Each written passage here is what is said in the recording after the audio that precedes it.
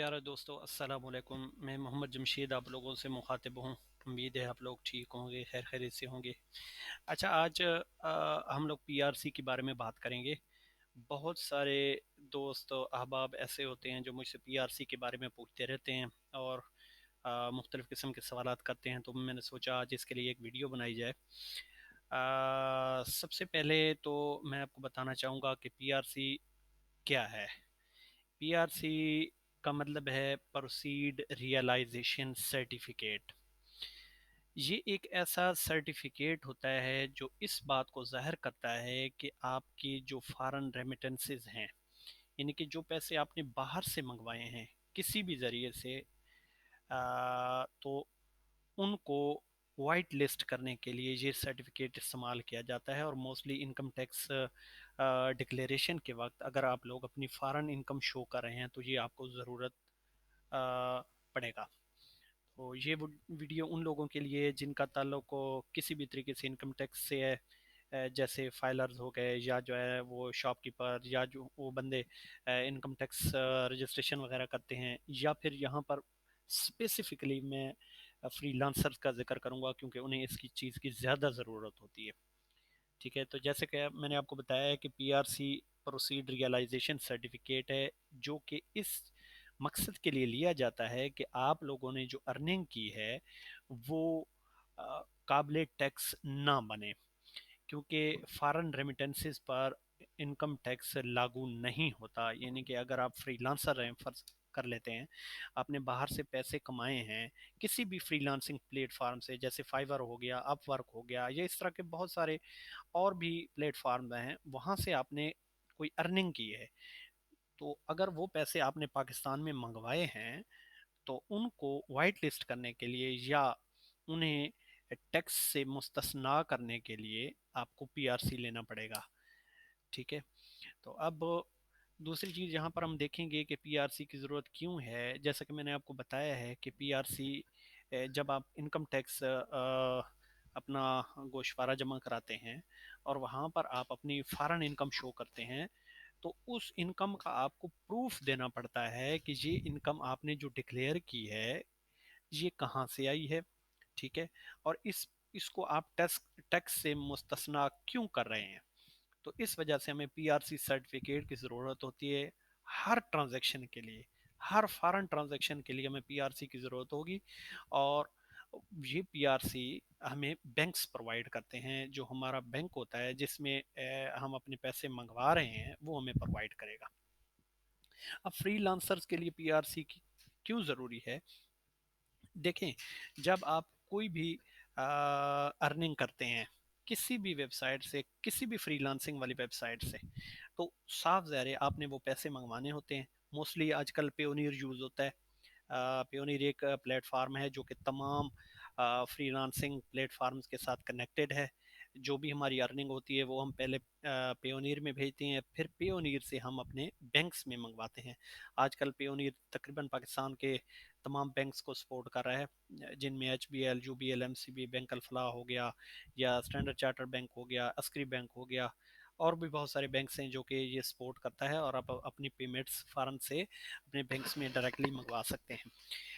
अब लेकिन यहाँ पर इशू ये होता है कि जब भी आप पेयोनियर के ज़रिए पैसे मंगवाएंगे तो आपके जो बैंक स्टेटमेंट है वहाँ पर एज एन आईबीएफटी शो होंगे।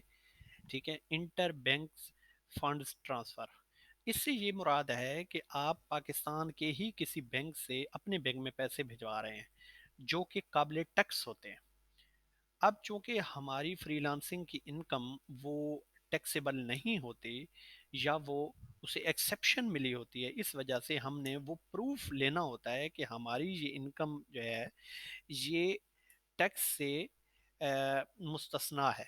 तो उस सूरत हाल में हम क्या काम करेंगे, हम अपने बैंक से रिक्वेस्ट करेंगे कि वो आ, हमें हमारी जो ट्रांजैक्शंस हुई हैं, जो फॉरेन ट्रांजैक्शन हुई हैं जिनमें हमारे अमाउंट क्रेडिट हुई है हमारे अकाउंट में, उनकी पीआरसी दे।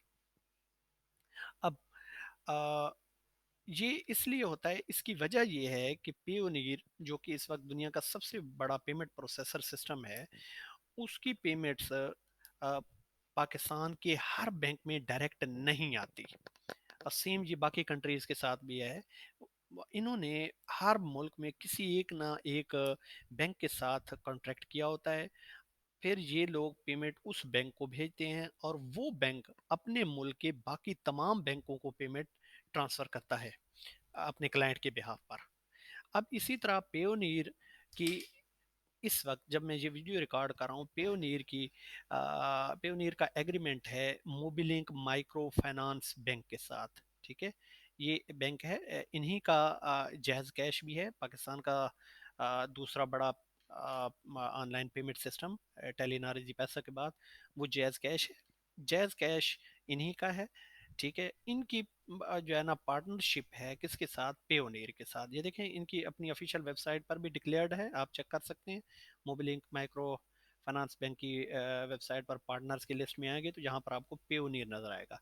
इनकी पार्टनरशिप है पेयोनीर के साथ, सॉरी पेयोनीर की पार्टनरशिप है मोबिलिंक माइक्रो फाइनेंस बैंक के साथ। अब जो भी पेमेंट आप रिक्वेस्ट करते हैं विदड्रा करने के लिए पेयोनीर से अपने बैंक में, तो सबसे पहले Payoneer Mobilink micro finance bank को भेजता है और फिर मोबिलिंक माइक्रो फाइनेंस बैंक बाकी बैंक्स जैसे एचबीएल हो गया, यूबीएल या एमसीबी बैंक अल्फला हो गया, इनको पेमेंट ट्रांसफर करता है। तो साफ ज़ाहिर है ये चूंकि दोनों बैंक अब पाकिस्तान के हो गए तो ये एज एन आईबीएफटी शो होगा जो कि टैक्सेबल होता है।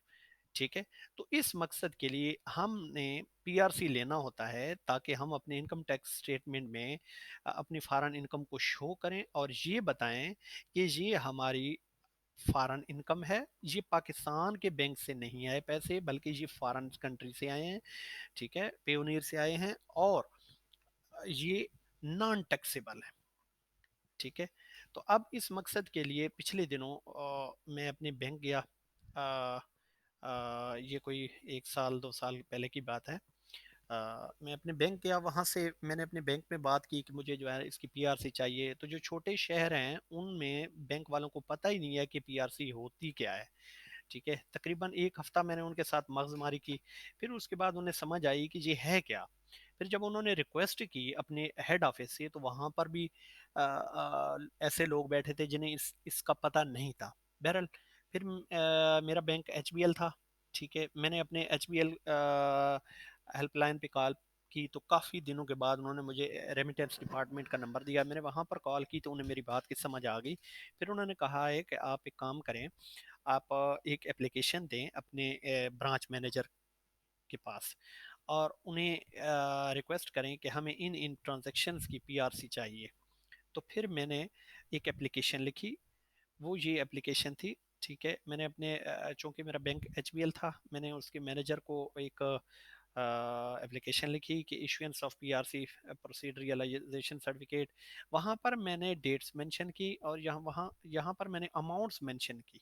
ठीक है, जिन अमाउंट्स के लिए मुझे पीआरसी चाहिए था। अब फ़र्ज़ किया अगर कोई ज़्यादा पैसे मंगवा रहा है तो वो यहाँ पर अपनी तमाम ट्रांजैक्शन लिस्ट करेगा। अच्छा, यहाँ पर ये याद रखना है कि ये जो पीआरसी है ये सिर्फ फ्रीलांसर्स के लिए ही नहीं है, वो तमाम लोग जो फाइलर हैं और बाहर से पैसे मंगवाते हैं, जैसे किसी का भाई रहता है, किसी का अब्बू रहता है या कोई भी रिलेटिव रहता है वो फॉरेन कंट्री में, जैसे यूएई हो गया, सऊदी अरब हो गया या किसी भी मुल्क में।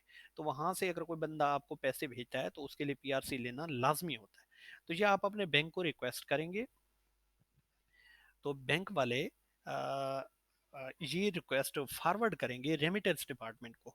फिर रेमिटेंस डिपार्टमेंट आपकी ब्रांच से आपकी ट्रांजैक्शंस की डिटेल लेगा जो कि हम लोग यहाँ पर दे चुके होते हैं। ये जैसे मैंने यहाँ पर कुछ नंबर ऑफ ट्रांजैक्शंस, ये मैंने एक फाइनेंशियल ईयर 2018-19 के लिए रिक्वेस्ट की थी, ये एप्लीकेशन मेरे पास पड़ी है। अब यहाँ पर मैंने कुछ ट्रांजैक्शंस थी जो कि फॉरेन कंट्रीज से आई थी, ट्रांजैक्शन पेयोनीर की, वो मैंने रिक्वेस्ट की थी। तो फिर रेमिटेंस डिपार्टमेंट वालों ने ब्रांच से डिटेल ली मज़ीद। ठीक है, तो ये उनकी अपनी कम्युनिकेशन थी, वो लोग करते रहे। आखिरकार फिर मुझे उन लोगों ने पीआरसी प्रोवाइड कर दिया जितनी भी ट्रांजेक्शन थी। ठीक है, तो ये तरीकाकार होता है। मे बी आपके बैंक का डिफरेंट हो लेकिन जो मेन स्ट्रक्चर है वो यही होगा कि आपने एप्लीकेशन लिखनी है अपने बैंक को और उन्हें रिक्वेस्ट करनी है कि आपको पीआरसी चाहिए। तो वो आप से आपके ट्रांजैक्शंस के बारे में पूछेंगे। आपने अपनी तमाम ट्रांजैक्शंस लिस्ट डाउन कर लेनी है और फिर उन्हें रिक्वेस्ट करनी है कि वो आपको पीआरसी दें, तो फिर आपको पीआरसी मिल जाएगी। नेक्स्ट, ये तो हो गया फ्रीलांसर पीआरसी कैसे हासिल कर सकते हैं। अब अपने बैंक से पीआरसी कैसे हासिल करें, ये भी मैंने आपको तरीकाकार बताया है कि आप अपने बैंक से पीआरसी हासिल कर सकते हैं। कोई भी बैंक आपको डिनाई नहीं करेगा, ये बैंक की जिम्मेदारी है कि वो आपको पीआरसी दें। हाँ, अगर कोई बैंक आपको पीआरसी नहीं दे रहा तो हर बैंक की हेल्पलाइन है, और हर हेल्पलाइन में रेमिटेंस डिपार्टमेंट का एक सेपरेट सेक्शन होता है। तो आप अपनी रेमिटेंस डिपार्टमेंट के साथ बात कर सकते हैं। तो उम्मीद है वो आपकी ब्रांच वालों को गाइड करेंगे इस सिलसिले में। मेरी जब पहले अपने बैंक ब्रांच से बात हुई थी तो वो लोग इनकारी थे ये देने के लिए, उन्हें पता ही नहीं था।